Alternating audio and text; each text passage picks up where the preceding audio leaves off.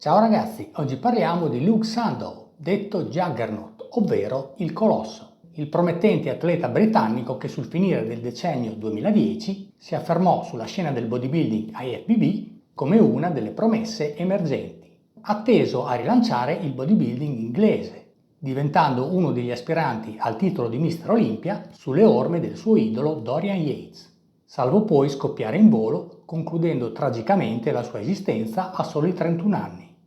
Alcuni dicono per suicidio, altri per arresto cardiaco dovuto a cause naturali, ma su questo punto torneremo.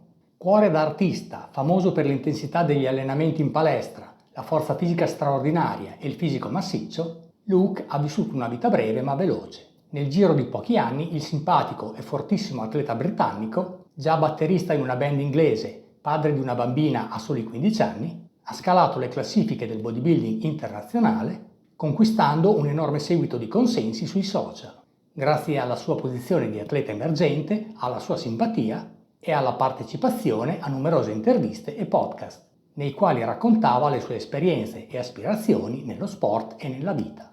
Ma al di là della facciata di atleta aperto, gioviale e vincente mostrata sui social, Luke aveva una sua battaglia interiore da combattere con la depressione, segno che avere successo non significa necessariamente essere felici, e che la corazza di muscoli che aveva costruito in palestra non era sufficiente a proteggerlo dai demoni della sua mente.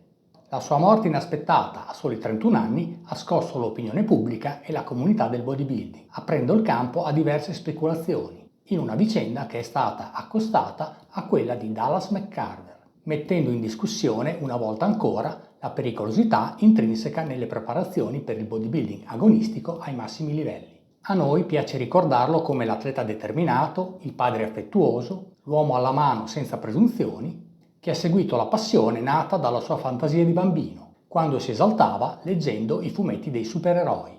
In questo video ne ripercorriamo brevemente la storia e la carriera sportiva. Enjoy! Luke Sandow nasce il 3 agosto 1988 a Bournemouth, nel sud dell'Inghilterra.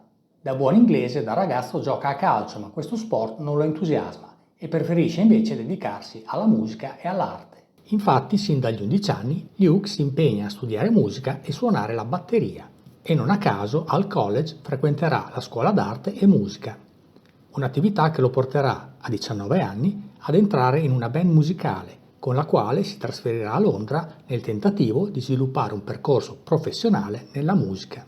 Da adolescente Luke è anche un appassionato lettore dei fumetti di supereroi ed il look muscoloso e definito con cui i personaggi della Marvel e DC Comics vengono tratteggiati lo ispira. Il cerchio si chiude quando la madre porta a casa per errore una copia della rivista Flex che aveva acquistato pensando fosse una rivista di fitness. Sfogliando la rivista, il giovane Luke rimane impressionato dal fisico dei bodybuilder, che la sua fantasia associa subito a quello dei supereroi dei fumetti, e comincia ad accarezzare il sogno di costruirsi un fisico da bodybuilder.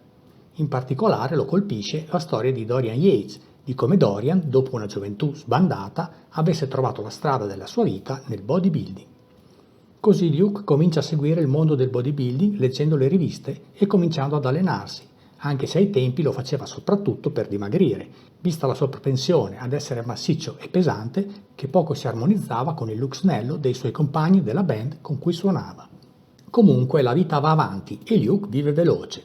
A soli 15 anni diventa padre di una bambina, Louise, un evento che lo porterà a diventare adulto in fretta. A 19 anni entra a far parte di una band musicale in cerca di fortuna, con la quale passerà un paio d'anni a Londra, nel tentativo di sfondare nel mondo della musica.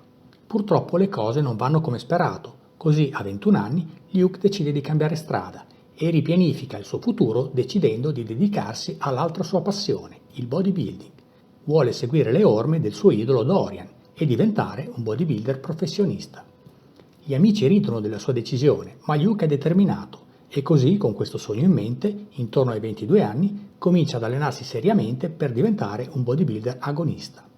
Massiccio e muscoloso di natura, racconta che a 13 anni pesava già oltre 80 kg, il fisico di Luke risponde rapidamente allo stimolo degli allenamenti con i pesi e, dopo un solo anno di allenamento, nel 2012, esordisce in gara al concorso UK BFF South Coast è ancora acerbo sul lato presentazione, ma è il più grosso sul palco e si porta a casa il titolo della categoria juniores, a conferma del suo ottimo potenziale per poter diventare un bodybuilder di successo. Deciso e motivato, il fortissimo Luke continua a lavorare con pazienza e impegno in palestra e solo 4 anni dopo, nel 2016, con un peso intorno ai 112 kg per 1,70 m di statura, conquista la Procard IFBB vincendo il titolo assoluto al concorso UK BFF British Finals. È un sogno che si avvera. A 28 anni è un bodybuilder professionista. Il futuro si prospetta radioso. Luke sembra passarsela bene, è un atleta professionista sponsorizzato, con la compagna Carly Thurton gestisce un'attività di personal training ed è molto popolare sui social. Esordisce sul circuito professionale nel 2017, ottenendo un 8° posto all'Arnold Classic, non male come esordio ai massimi livelli. Il potenziale per emergere c'è. Luke fa team con il guru Chris Asito e prepara i nuovi appuntamenti agonistici. Nel 2018 è terzo all'Indy Pro IFBB. Nel 2019 è terzo all'Arnold Classic, secondo al Tampa Pro Men's Bodybuilding e 11° al Mister Olympia. Il 2020 dovrebbe essere un anno vincente per Luke, ma il periodo Covid e il lockdown conseguente tiene in scacco l'intero mondo, rallentando tutte le attività, comprese le gare di bodybuilding. Inoltre, al di là delle apparenze, Luke deve combattere con i suoi demoni, è in terapia da uno psicologo. A dispetto della sua immagine gioviale e vincente, è depresso e non riesce a trovare una sua pace interiore. Purtroppo quello che avrebbe dovuto essere solo l'inizio di una carriera sportiva vincente arriva ad uno scioccante ed inaspettato epilogo il 7 maggio 2020, quando Luke viene trovato morto nella sua casa dal suo compagno di allenamento e amico James Hollingshead.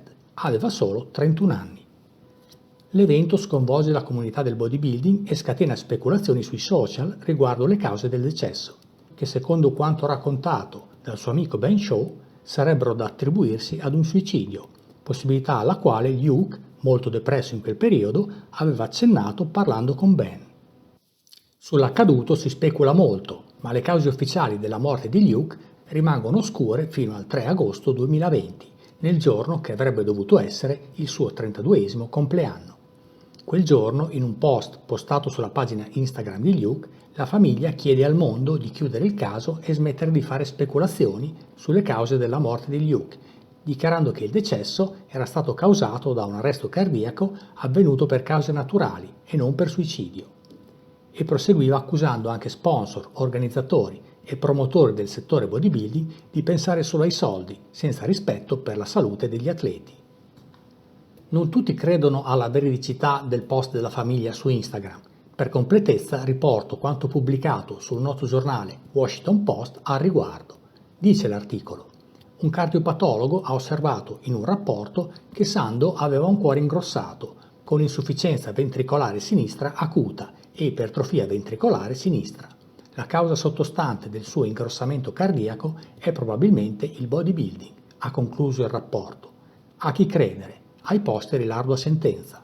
Quello che conta veramente è che Luke ha perso la vita prematuramente, lasciando 2 giovani figli.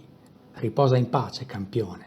Dotato di una forza naturale impressionante, racconta che la prima volta che provò a fare squat e stacchi da terra fu in grado di sollevare rispettivamente 140 e 180 kg, in palestra Luke si allenava con grande intensità, cercando di sollevare pesi sempre più elevati, per una progressione dello stimolo allenante in linea con il principio del sovraccarico progressivo. Ispirato da Dorian Yates, Luke era un duro lavoratore in palestra e agli inizi della sua carriera ha ottenuto ottimi risultati allenandosi ad alta intensità seguendo il Dog Crab Training, anche detto DC Training. Un protocollo ad alta intensità, basso volume di lavoro e frequenza moderata proposto da Dante Trudel, che prevede di suddividere l'allenamento del corpo in 2 sedute, ad esempio allenando petto, schiena, spalle e tricipiti in una seduta, che chiameremo A, e gambe, polpacci e bicipiti in un'altra seduta, che chiameremo B. La programmazione base del DC Training prevede di eseguire 3 allenamenti a settimana, ad esempio lunedì, mercoledì e venerdì, alternando una seduta di tipo A con una seduta di tipo B, così che ogni gruppo muscolare venga sollecitato 2 volte durante una settimana e una sola volta la settimana seguente. La selezione degli esercizi prevede di utilizzare prevalentemente movimenti base, da eseguire, previo riscaldamento, per un set di lavoro ad alta intensità, portato oltre il cedimento in modalità rest pause. L'idea base del metodo è quella di utilizzare carichi sempre più pesanti nel tempo, in linea col principio del sovraccarico progressivo, per stimolare la maggior crescita muscolare possibile. Il protocollo DC dà molta importanza anche al recupero psicofisico dell'atleta e a tale scopo prevede di utilizzare una sorta di periodizzazione chiamata blasting and cruising, che presuppone di alternare 8 settimane di lavoro intenso, blasting appunto, con 2 settimane di recupero attivo, la fase di cruising. Sicuramente Luke aveva la determinazione e caparbietà per ottenere ottimi risultati col metodo DC. Comunque racconta che più avanti nella carriera è passato ad allenarsi secondo uno schema più tradizionale, a più alto volume e minore intensità, nell'ottica di preservare muscoli, tendini e articolazioni dagli infortuni, conscio che non si può spingere al massimo per tutta la vita, come dimostrano gli incidenti che lo stesso Dorian Yates ha subito e che lo hanno portato a doversi ritirare dalle competizioni. Sul piano alimentare Luke adottava una dieta da bodybuilder in linea con le pratiche dell'epoca. Lontano dalle gare, in fase di bulk, preferiva seguire un regime alimentare piuttosto libero, ricco di proteine e carboidrati, con poca attenzione ai grassi, cercando di assumere abbastanza calorie in modo da aumentare di peso e possibilmente di massa muscolare.